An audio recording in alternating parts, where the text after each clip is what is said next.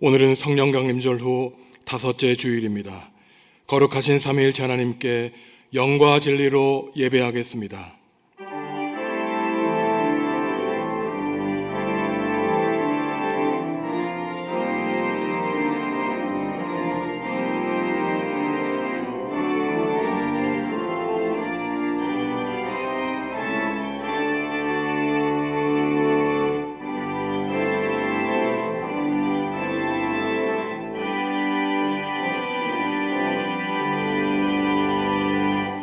하나님, 베풀어 주시는 풍성한 은혜에 힘입어 한 주간을 보내게 하시고 거룩한 주일 예배 자리로 인도하시니 감사합니다. 오늘도 저에게 참 안식과 평화의 복을 내려 주옵소서. 값없이 베풀어 주신 대속의 은혜에 감사하게 하시고 하나님의 자녀로 살아가는 행복을 깨달아 기쁨이 충만하게 하여 주옵소서. 예수님의 이름으로 기원하옵나이다. 아멘. 하늘에 계신 우리 아버지, 아버지의 이름을 거룩하게 하시며 아버지의 나라가 오게 하시며 아버지의 뜻이 하늘에서와 같이 땅에서도 이루어지게 하소서. 오늘 우리에게 일용할 양식을 주시고 우리가 우리에게 잘못한 사람을 용서하여 준 것 같이 우리 죄를 용서하여 주시고 우리를 시험에 빠지지 않게 하시고 악에서 구하소서. 나라와 권능과 영광이 영원히 아버지의 것입니다. 아멘.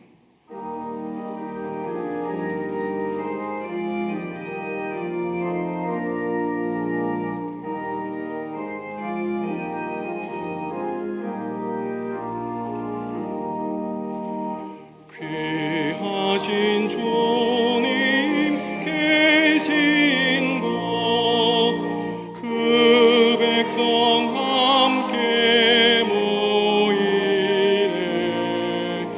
다 함께 주를 만나니 그곳은 거룩하도다. 겸손한 사람 마음에 주 항상 같이 계셔서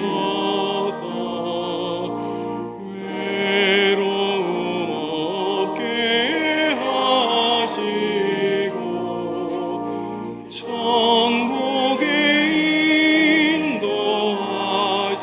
인도하시네. 선하신 목자 우리 주 사랑이 풍성하도다.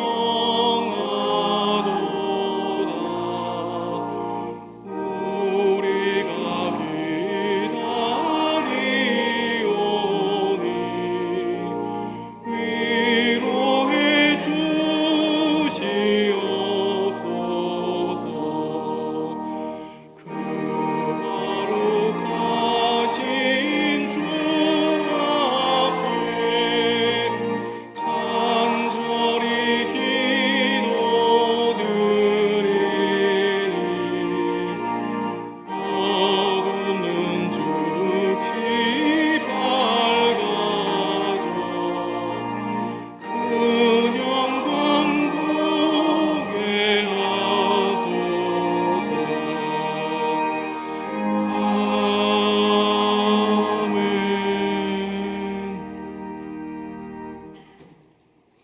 지난 한 주간의 삶을 돌아보시며 하나님과 이웃과 피조세계에 지은 죄를 고백하겠습니다.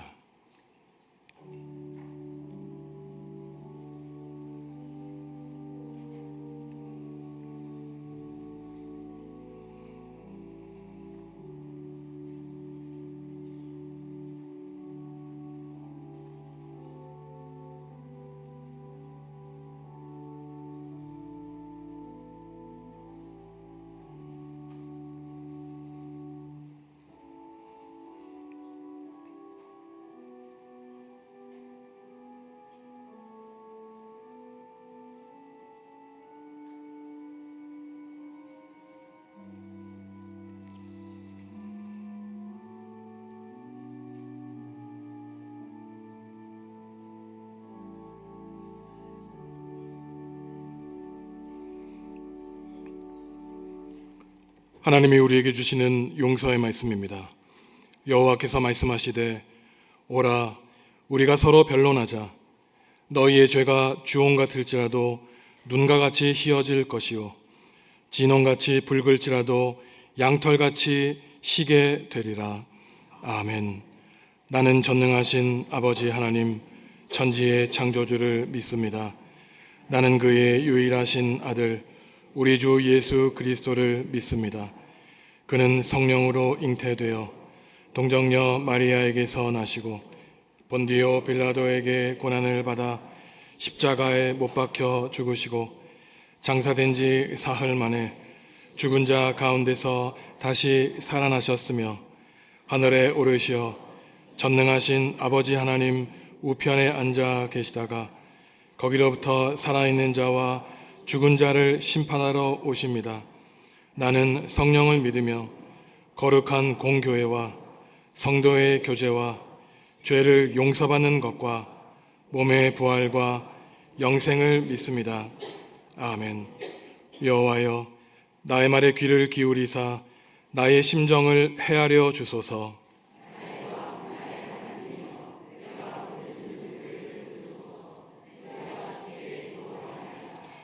여호와여 아침에 주께서 나의 소리를 들으시리니 아침에 내가 주께 기도하고 바라리이다.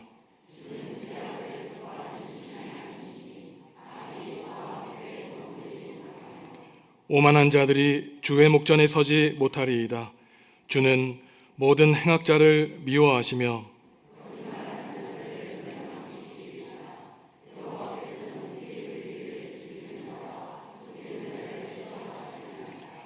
오직 나는 주의 풍성한 사랑을 힘입어 주의 집에 들어가 주를 경외함으로 성전을 향하여 예배하리이다.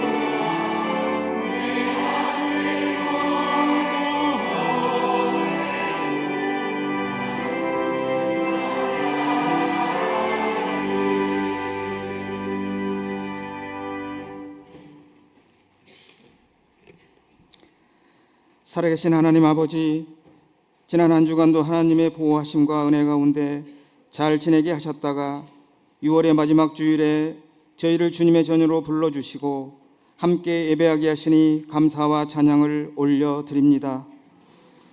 유수와 같이 빠르게 흘러가는 시간의 흐름 속에서 어느새 올 한 해도 절반을 마무리하는 시점에 서게 되었습니다. 지나온 시간마다 베풀어 주신 은혜를 되돌아볼 때에 모든 것이 하나님의 은혜였음을 깨닫게 됩니다. 기쁠 때도 있었고 어려움에 처할 때도 있었지만 한순간도 저희를 포기하지 않으시는 그 신실하신 은혜로 함께하신 하나님께 감사를 드립니다.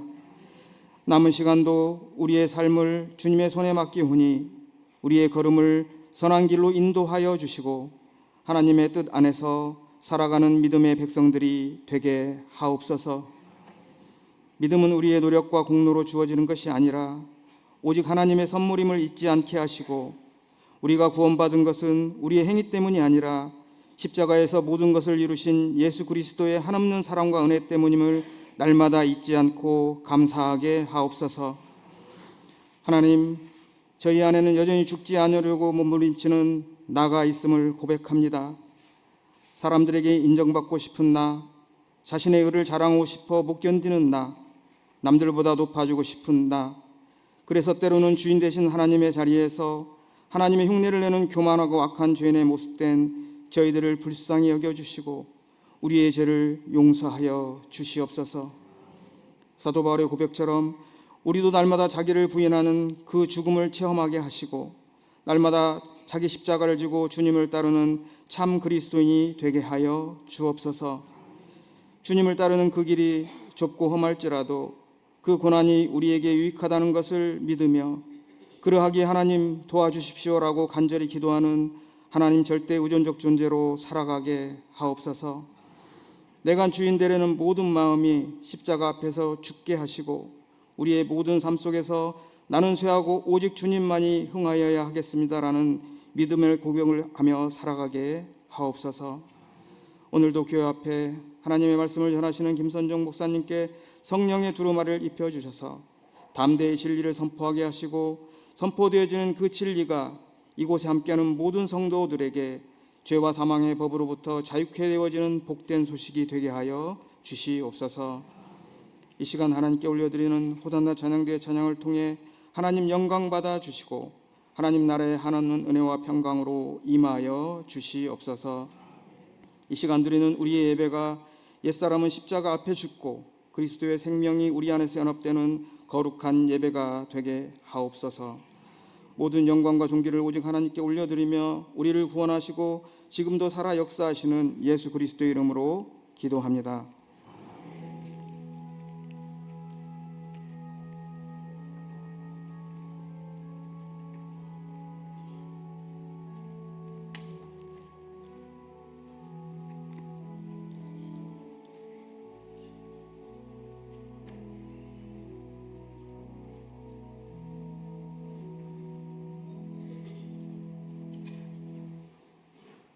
예수님이 자신의 제자들한테 말씀하셨다. 이런 까닭에 그대들에게 말합니다. 목숨을 위해 무엇을 먹어야 할지, 몸을 위해 무엇을 입어야 할지 걱정하지 마세요. 음식보다는 목숨이, 옷보다는 몸이 값지거든요. 까마귀들을 곰곰이 생각해 보세요. 씨를 뿌리지도 거두어들이지도 않아요. 그것들에게는 뒷방도 광도 없어요. 그러나 하나님이 까마귀들을 먹이십니다. 하물며 그대들이야 새들하고 얼마나 다른가요? 걱정한다고 해서 그대들 가운데 누가 자기 키를 50cm라도 늘릴 수 있나요? 그러므로 그대들이 아주 작은 일조차 할 수 없다면 그 밖의 것들을 두고 왜 걱정하나요? 들꽃이 어떻게 자라는지 곰곰이 생각해 보세요. 힘들여 일하지도 옷감을 짜지도 않습니다. 그런데 그대들에게 말합니다. 온갖 영광을 누린 솔로몬조차도 그 입은 것이 이 꽃들 가운데 하나만큼도 되지 못했습니다. 들풀은 오늘 입다가 내일 아궁에 던져지는데도 하나님이 이렇게 입히시는데 하물며 그대들이야 믿음이 작은 사람들이여 그대들은 찾아보지 마세요. 무엇을 먹어야 할지 무엇을 마셔야 할지를요. 걱정하지 마세요. 이런 것들은 모두 세상의 다른 민족들이 아등바등 찾는 것들입니다. 그런데 그대들의 아버지는 그대들에게 이런 것들이 필요한 줄 알고 계십니다. 오히려 그대들은 그분의 나라를 힘써 찾으세요. 그러면 이런 것들은 그대들에게 보태주실 겁니다. 그대는 두려워하지 마세요. 어린 양 떼요. 그대들의 아버지가 그대들에게 그 나라를 주시기를 좋아하셨으니까요. 그대들에게 있는 것을 팔아서 어려운 사람들에게 주세요. 자신을 위해 낡지 않는 돈 주머니를 만들어 두세요. 사라지지 않는 보물을 하늘에 쌓아 두세요. 거기에서는 도둑이 가까이 가지 못하고 좀도 슬지 않아요. 아멘.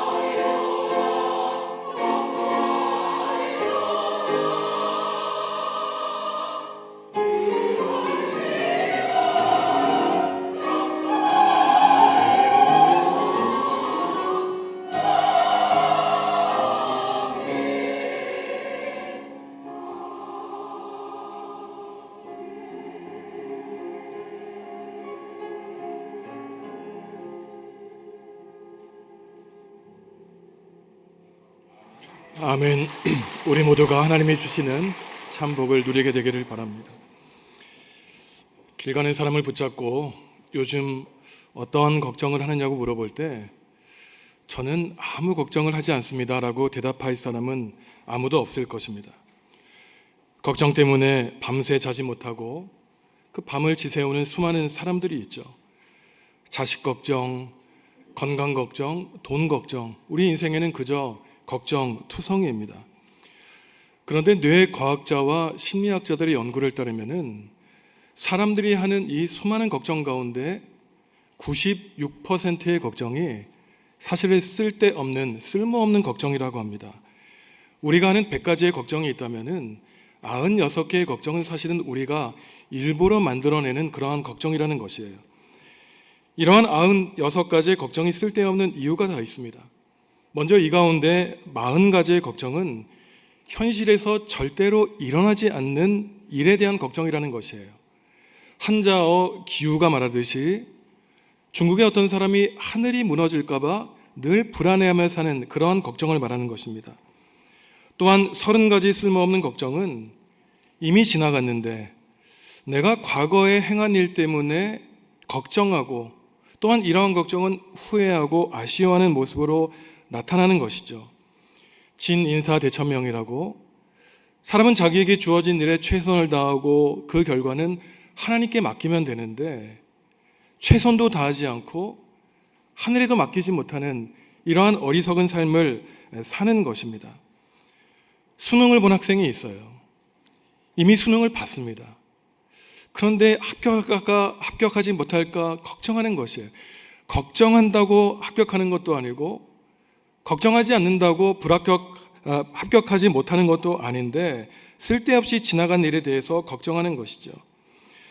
다음으로 22%의 걱정은 사소한 일에 대한 걱정으로 지나치게 다른 사람을 의식하거나 또한 강박관념에서 오는 그러한 걱정을 말합니다.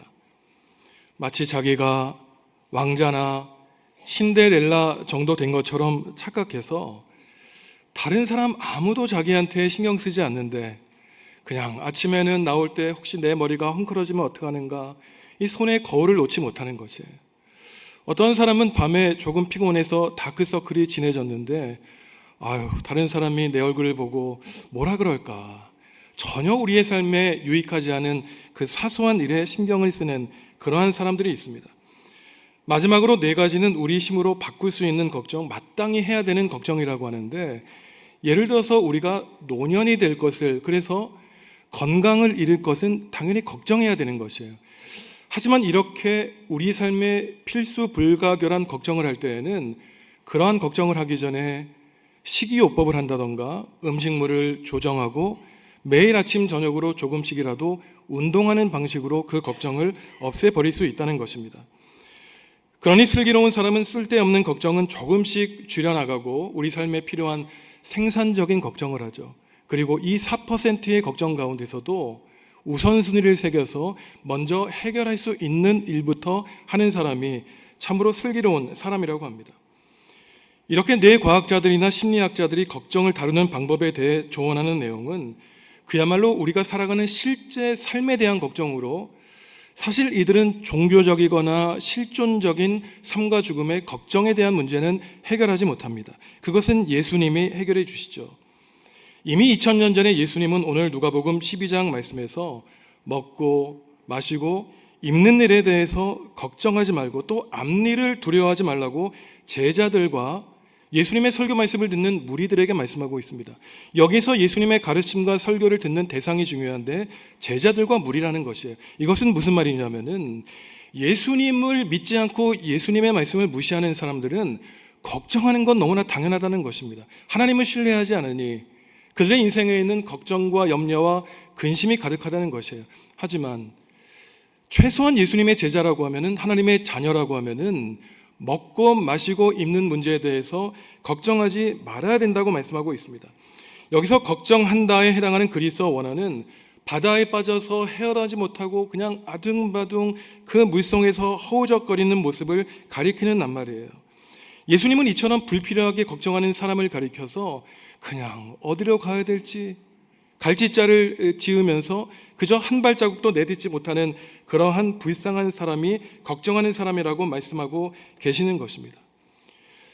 예수님이 우리에게 꼭 필요한 먹고 마시고 입는 문제에 대해서 걱정하지 말라고 말씀하시는 이유는 하늘에 계신 우리 아버지께서 그 먹고 마시고 입는 문제가 꼭 필요하다는 것을 이미 알고 계시기 때문이라고 주님은 말씀하고 계세요.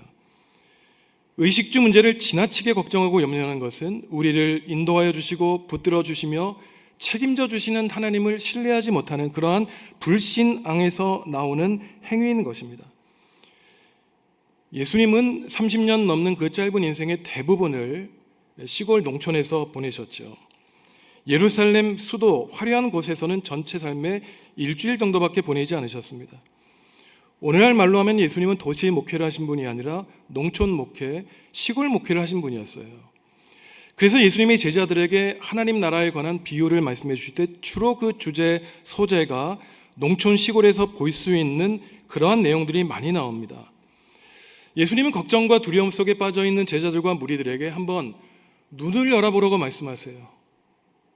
너의 눈을 닫혀 있어서 왜 그 좁디 좁은 마음에서 감옥에서 살아가느냐 말씀하시면서 눈을 열어 하나님이 지으신 창조 세계를 바라보라는 것입니다. 농촌에서 흔히 볼 수 있는 까마귀와 들꽃과 들풀의 예를 들어보세요. 지금 너희 앞에 있는 까마귀를 보라는 것입니다. 쟤네들이 언제 씨 뿌린 적 있느냐? 거두어들인 적 있느냐? 곡간과 창고를 만든 적 있느냐? 없다는 것이에요.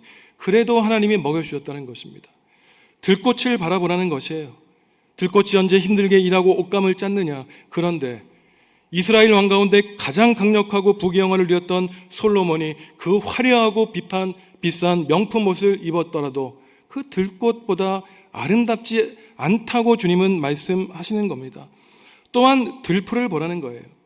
가난했던 이스라엘 백성들이 아궁이에 그 겨울철에 불을 떼기 위해서 아궁이 속에 들어갈 들풀이라도 하나님이 먹여주시는데 딱한 자들아, 심지어 하나님의 사람들을 외면하시고 버려두시겠냐고 주님은 말씀하고 계시는 것이에요. 걱정한다고 너희들의 키를 50cm라도 늘릴 수 있느냐? 걱정한다고 하나님이 정해두신 그 인생의 생명의 하루라도 늘릴 수 있느냐고 주님은 말씀하시는 거예요. 걱정해도 이루어지지 않는데 왜 쓸데없이 그 걱정하는 일에 시간을 낭비하느냐고 말씀하시면서 걱정이 많은 사람을 규정하시기를 믿음이 작은 자들이라고 그들을 규정하시는 것입니다. 먹고 마시고 입는 것을 걱정하는 것은 세상 사람들이나 아등바등 참 비참하게 살아가는 모습이라는 것이에요. 그렇지만 사실 먹고 마시고 입는 이 의식주에 대한 걱정은 사람이 마땅히 해야 되는 걱정입니다. 나이를 먹고 경제활동을 할 수 없는 노년을 대비하는 것은 지혜로운 일이지 어리석은 일이 아니에요. 노년의 삶을 걱정하지 않고 준비하지 않은 것은 무책임한 사람의 모습입니다.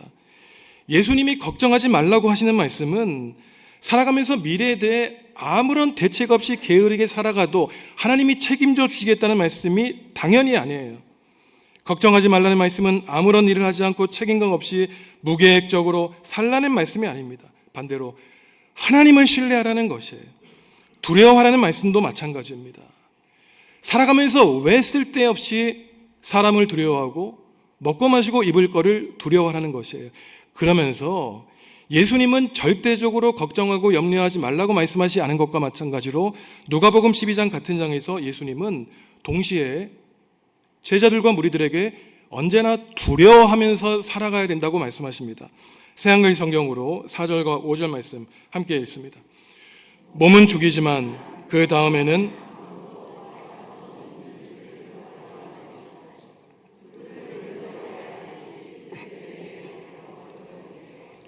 죽은 뒤에 지옥에 던져 넣을 권한을 가진 분을 두려워하세요.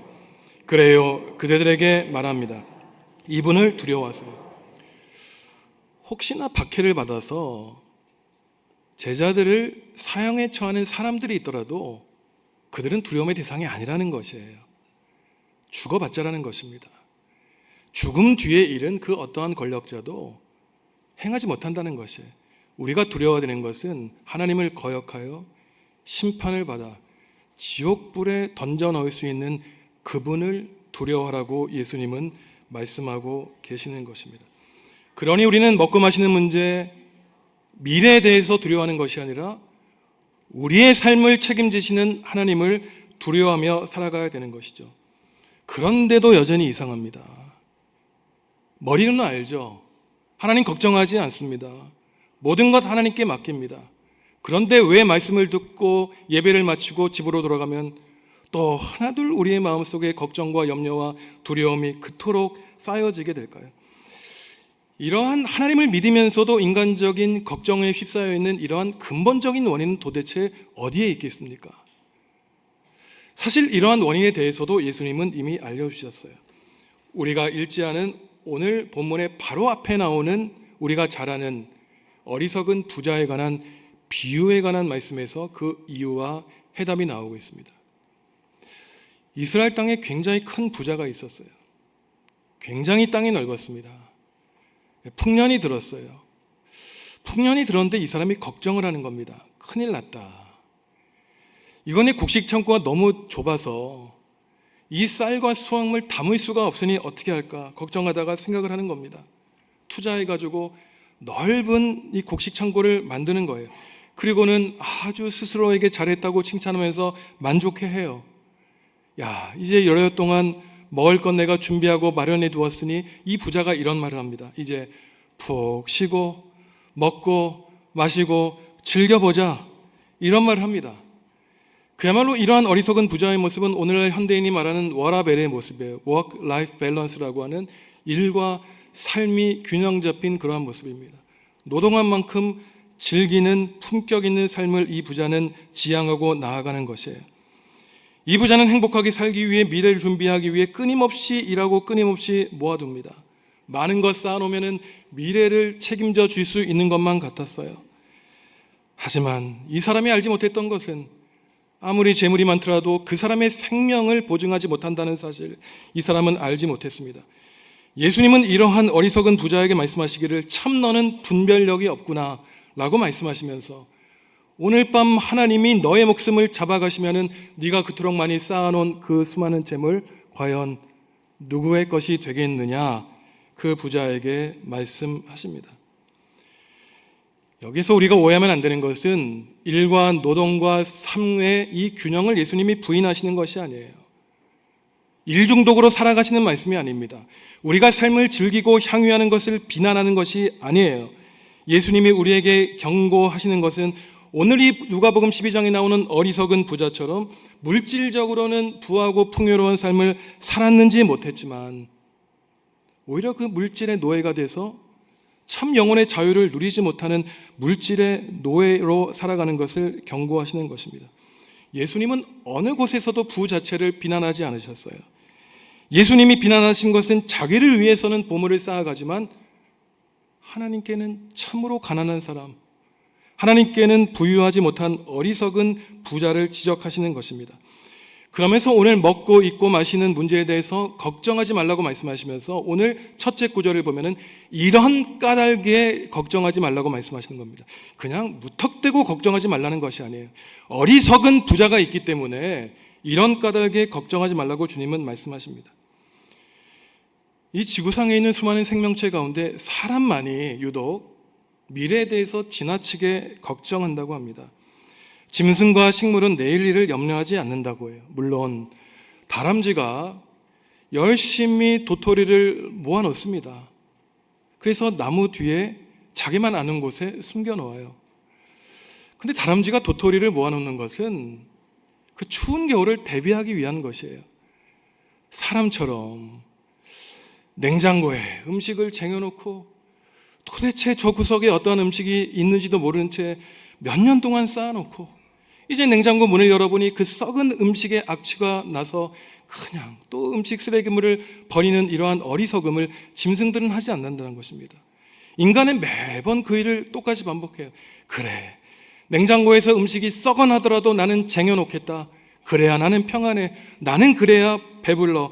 이러한 사람들은 바로 참으로 미래를 준비하는 지혜로운 그러한 사람 같지만 신앙의 관점, 예수님의 관점에서는 다 하나님을 신뢰하지 않기 때문에 쟁여놓고 쌓아놓고 무겁게 살아가는 안타까운 불신앙의 삶의 모습이라는 것입니다.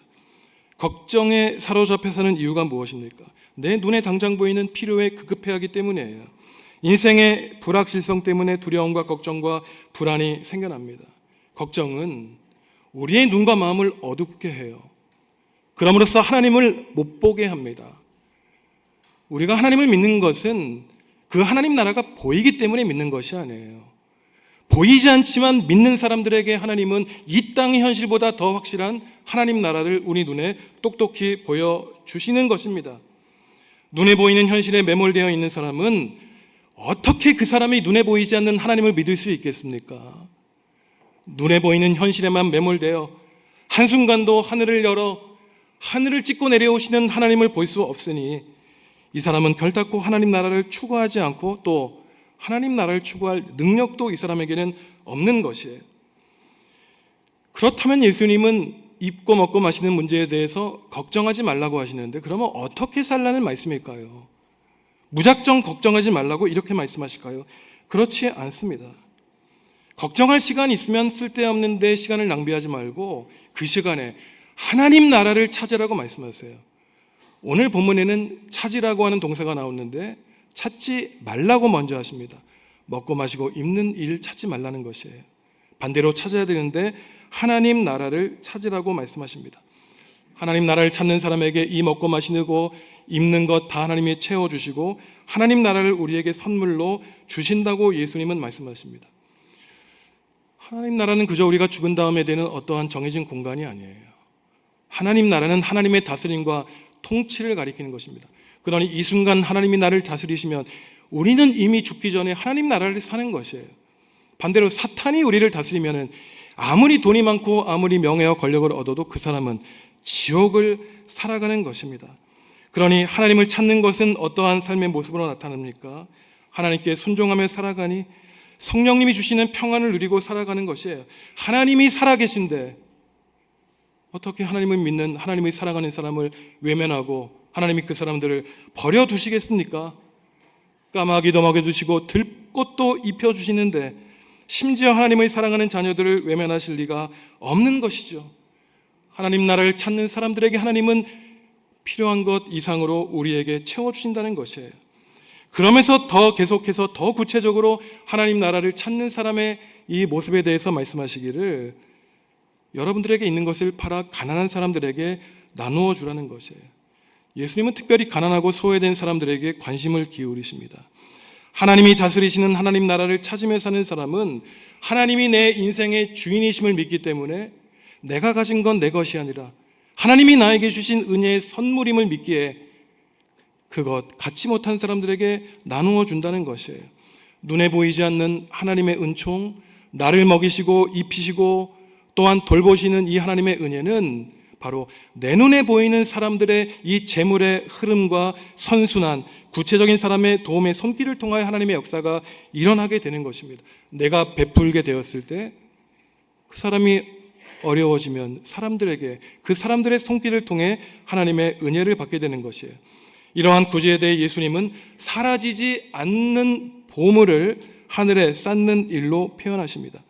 재물에 대한 염려를 버리고 그 재물을 구제에 사용해서 하늘에 쌓아두는 것으로 예수님은 비유적으로 말씀하시는 거예요. 그러면서 오늘 우리가 읽지 않았지만 오늘 말씀의 마지막 결론을 말씀해 주시는데 새한글 성경으로 34절 말씀 함께 읽습니다. 그대들의 보물이 있는 곳 거기에 그대들의 마음도 있을 테니까요. 성도 여러분, 거짓없이 한번 우리의 마음을 있는 그대로 한번 살펴보시죠. 여러분의 마음이 지금 어디 있습니까? 여러분의 눈이 지금 어디를 향해 보고 있습니까? 말로는 하나님을 믿는다고 하고 주님의 은총에 감사한다고 말하지만 실제로는 내 마음과 내 눈이 세상 욕심과 욕망을 바라보고 있는 것이에요. 그러니 아무리 삶에서 땀 흘려 일해도 그 부요함이 나를 일시적인 위안을 주지 모르지만 궁극적인 마음의 평안을 제공하지는 않습니다. 탐욕은 더 많은 탐욕을 요구하고 그러니 그 꿈을 이룬다고 할지라도 그 마지막에 오는 그 공허한 마음 우리가 이겨내지 못하는 것이죠. 하늘의 마음을 두는 사람, 하늘의 보물을 쌓아두는 사람이 진정 부유한 사람이에요. 내가 내 삶의 주인이 아니기에 아무리 움켜쥐고 쌓아둔다고 할지라도 우리의 앞일 미래가 보장되지 않습니다. 하나님이 우리 인생과 가정의 주인이시기에 하나님 나라를 찾고 구하는 사람들을 하나님이 지켜주시고 보호해 주시는 것이죠. 오늘 누가복음 12장에서 예수님이 주신 우리 그리스도인의 삶을 한마디로 한번 표현해 보시죠. 하나님을 믿는 하나님의 자녀 예수님을 스승으로 모신 그리스도의 제자들의 삶은 어떠한 삶일까요? 먹고 마시고 입는 문제를 걱정하지 않는 삶입니다. 당장 내일 닥친 내 앞일과 미래를 두려워하지 않는 사람이에요. 왜냐하면 이 사람은 하나님의 다스리심을 믿고 하나님의 인도하심과 섭리를 확신하기 때문에 매일매일 순간순간 하나님 나라를 찾고 하나님 나라의 통치 원리를 이 땅에 구현하며 살아가 하나님께 받은 물질을 어리석은 부자처럼 나 자신만을 위해 쌓아두고 사는 사람이 아니라 힘들고 가난한 사람에게 주는 하나님께 부유한 사람이니 이러한 사람이 바로 그리스도의 삶의 모습, 세상 두려워하지 않고 하나님을 경외하고 하나님을 두려워하는 사람의 모습으로 나타나는 것입니다. 예수님은 보물이 있는 곳에 우리의 마음이 있다고 말씀하셨어요. 성도 여러분, 여러분의 마음을 결단코 세상의 탐욕에 두지 마시기 바랍니다. 살아있는 날 동안 앞으로 여러분의 마음을 우리가 앞으로 돌아가게 될 이 천국 본향에 두셔야 돼요. 사실 우리는 죽음 이후에 우리의 모습이 굉장히 궁금하지만 믿음의 사람에게는 그렇게 궁금하지 않습니다. 사실 이 자리에서 오늘 천국의 삶을 살아가고 희생하고 헌신하고 사는 사람이 하나님 나라의 질서에는 너무나 익숙한 사람이기 때문에 우리의 삶을 마치고 하나님께로 돌아갔을 때 너무나 하나님을 만나는 것이 자연스러운 것이에요. 반대로 하나님을 믿는다고 하면서도 다른 사람을 짓누르고 경쟁해서 이겨내야 되고 탐욕을 부리니 비록 그 사람은 구원받는지 모르지만 하나님이 보실 때 그 사람이 너무나 낯설게 보이는 겁니다. 내 새끼긴 한데 왜 저렇게 살다 왔을까? 예수님의 죽음과 부활이 바로 이러한 뜻이 있는 것이에요.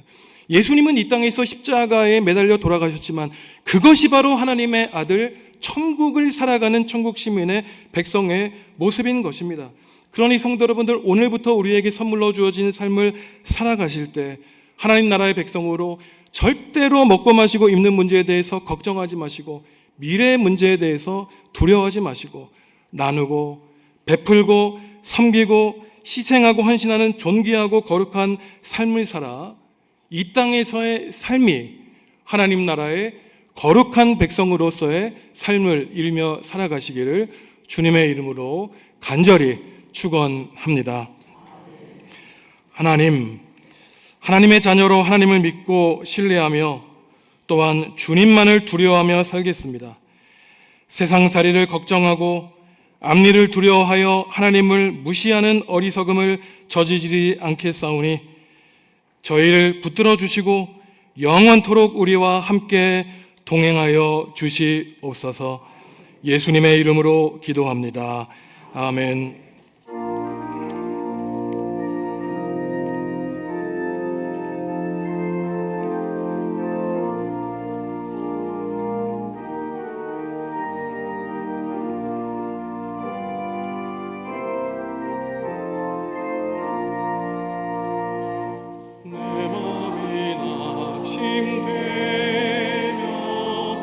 근심에 눌릴 때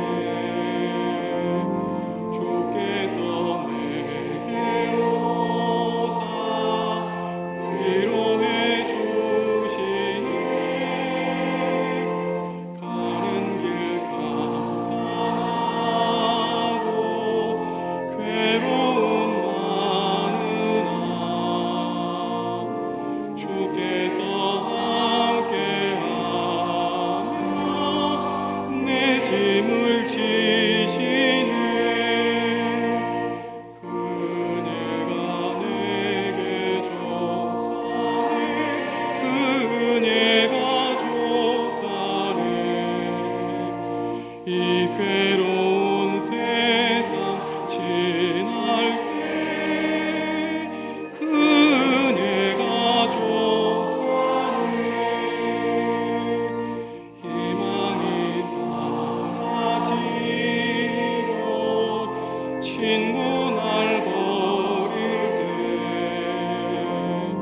주 내게 속삭이며 새 희망 주시네. 싸움이 맹렬하여 두려워 떨 때에 승리의 왕이 되신 주 음성 들리네. 그네가 내게 족하네. 그네가 족하네. 이 괴로운 세상 지날 때 그네가 족하네. 광민이 가득 차고 눈물이 흐를 때 주 나의 곁에 오사 위로해 주시네. 환난이 닥쳐와서 어려움 당할 때 주님의 능력이 원수를 이기게. 그네가 내게 족하네. 그네가 족하네. 이 괴로운 세상 지날 때 그네가 족하네. 성도 여러분, 주님이 우리에게 물으십니다. 내가 나를 사랑하느냐?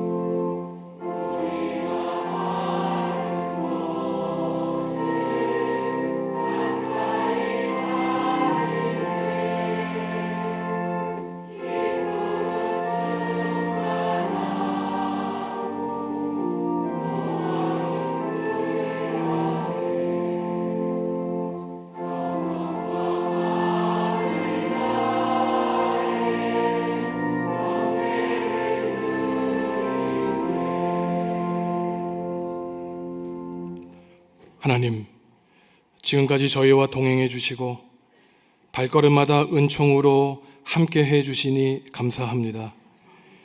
인생의 힘든 순간을 만날 때마다 걱정하고 두려워한 믿음 없음을 고백합니다. 연약한 저희를 불쌍히 여겨 주시고 남은 인생 오직 하나님을 믿고 주님을 두려워하여 하나님 나라의 백성으로 살아가게 하여 주옵소서. 다음 주일 하반기의 첫째 주일을 맥주 감사 주일로 보내게 하시니 감사합니다. 감사가 없는 삶이 결국 인생을 망가뜨리는 것임을 깨달아 알게 하시고 하나님이 계시고 교회가 있는 것에 감사하며 살게 하여 주시옵소서. 7월 4일 영화부를 시작으로 8월 17일 중고등부와 청년부를 마지막으로 여름은 성경학교와 수련회가 진행됩니다. 하나님이 천국잔치를 인도해 주시고 말씀과 기도로 자녀들의 믿음을 성장시켜 주시옵소서. 저희의 인생에 많은 기도의 제목이 있음을 주님이 잘 아십니다. 먹고 마시는 문제, 건강과 질병의 문제, 재물의 문제와 인간관계의 문제로 또한 진리를 모른 채 거짓에 빠져 방황하는 수많은 사람들이 이 땅에 있습니다. 하지만 하나님, 이러한 인생살이에 대한 걱정은 세상 사람들이 하는 것이요 하나님의 자녀가 할 걱정이 아니라고 하셨으니 주님의 말씀을 의지하여 저희는 하나님 나라를 구하고 서로 나누고 베풀며 축복하는 삶을 살아가게 하여 주시옵소서. 하나님이 주신 복과 은총에 감사하며 예물 드립니다. 자기를 위해서는 많은 보물을 쌓아두지만 하나님을 향해서는 가난하고 부유하지 못한 어리석은 부자처럼 살지 않게 하시고 사라지지 않는 보물을 하늘에 쌓아두는 슬기로운 믿음의 참 사람으로 살아갈 수 있도록 성령님의 깨달음을 모든 성도들에게 베풀어 주시옵소서. 예수님의 이름으로 축복하며 기도합니다. 아멘.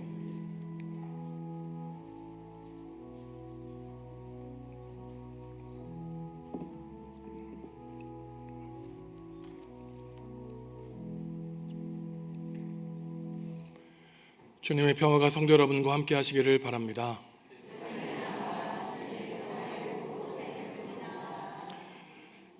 다음 주일은 맥주 감사 주일입니다. 7월 첫째 주일을 맥주 감사 주일로 보내는 것은 지나간 그 상반기를 되돌아보고 혹시나 감사하는 삶을 잊고 살았다면 다시 감사를 회복하라는 뜻이 있죠. 감사를 잊고 사는 것만큼 참 위험한 일은 없습니다. 감사하지 않기 때문에 늘 불행이 닥치는 것이죠. 일주일 동안 하나님과 교회와 가족 또한 성도들에게 받은 복과 은혜에 대해서 감사하며 다음 주일은 맥주 감사 주일로 보내겠습니다. 예배 후에 공동 식사가 있습니다. 최선주 권사님 가정에서 수박을 제공해 주셨습니다. 지난주 당회 때 3번 항존직 후보 자격에 대해서 논의를 했는데요. 이 자격은 사실 총회와 우리 교회 정관이 요구하는 항존직이라면 기본적으로 지켜야 될 내용입니다. 공예배인 주일 예배와 수요 기도에 열심히 출석하는 것, 그리고 예물을 잘 바치는 것. 이 헌금은 하나님께 드리는 예물이지 돈이 아니에요. 어떤 분들은 돈과 헌금을 착각하는 분들은 있습니다. 여러분, 돈은 교회에 내지 마세요. 우리는 하나님께 받은 예물을 드리는 사람입니다. 그리고 봉사하는 사람이죠. 그래서 다음에는 반드시 우리 당회원 그리고 안수 집사님, 권사님들 많이 뽑을 수 있도록 저희가 함께 기도하고 준비하도록 하겠습니다. 수요일 날 수요 기도회 후에 재직회가 있습니다.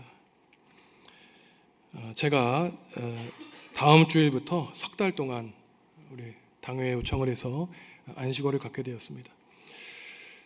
제가 이제 설교를 준비하면서 제 아내에게 물어보았어요. 당신 혹시 요즘에 걱정하고 있는 일이 있느냐? 근데 없다고 하더라고요. 그래도 내일 설교 주제가 걱정인데 한번 하나만 얘기하라고 했더니 뭐 있으면 자식 걱정이지 그러더라고요. 그래서 제가 혹시 당신이 보기에 내 걱정거리는 있어 보이냐 그랬더니 당신은 걱정이 없는 사람처럼 보인다는 거예요. 그래서 제가 곰곰이 생각해 봤습니다. 왜 나에게 이렇게 걱정이 없을까? 근데 어릴 때부터 좀 그랬던 것 같아요. 그냥 하나님이 계시니까. 유학을 마치고도 뭐 일자리에 대해서도 한순간도 걱정한 적이 없습니다. 지금도 마찬가지예요. 제가 잘 생각해 보니 그동안 몰랐는데 우리 교회에 저 말고 5분의 목사님들이나 계시더라고요. 그래서 다음 주일부터 석 달 동안 우리 백상훈 교수님 설교 말씀 전해주시고 부목사님들 함께 돌아가면서 설교 말씀 전해주시도록 하겠습니다. 이렇게 저에게 안식월을 허락해 주신 장로님들께 감사드리고 참으로 운전으로 몸으로 봉사하시는 우리 장로님들 또한 부교역자들 계시기에 걱정하지 않습니다. 사실 목회자가 교회를 걱정하는 것은 주제넘은 일이에요. 하나님이 계신데 교회를 걱정하는 것은 하나님을 신뢰하지 않는 것입니다. 석 달 동안 무더운 여름에 건강 지키시고 10월 첫 주일에 뵙도록 하겠습니다. 자리에서 일어나 죄송합니다. 주위에 있는 교우들과 이렇게 한번 좀 인사하시면 좋겠어요. 좀 긴데요. 이렇게 말씀드리겠습니다. 걱정하지 마세요. 하나님이 계시니까요. 같이 인사하시겠습니다. 걱정하지 마세요. 하나님이 계시니까요. 일어나서 주님께 찬양하겠습니다.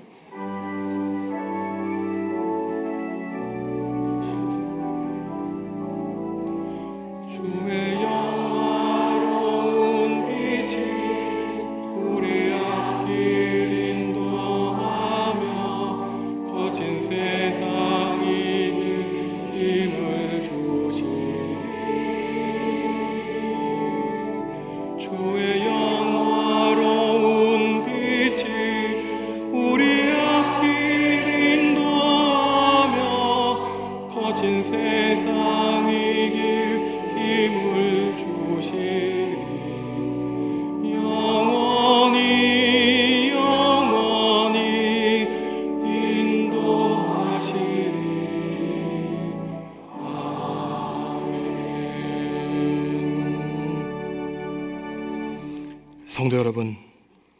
불필요한 일을 걱정하며 소중한 시간 낭비하지 마십시오. 그런 시간에 하나님 나라를 찾으시기 바랍니다. 하나님께 인생과 미래와 운명을 맡기는 사람을 하나님이 책임져 주시고 영원한 생명의 길로 인도해 주실 것입니다.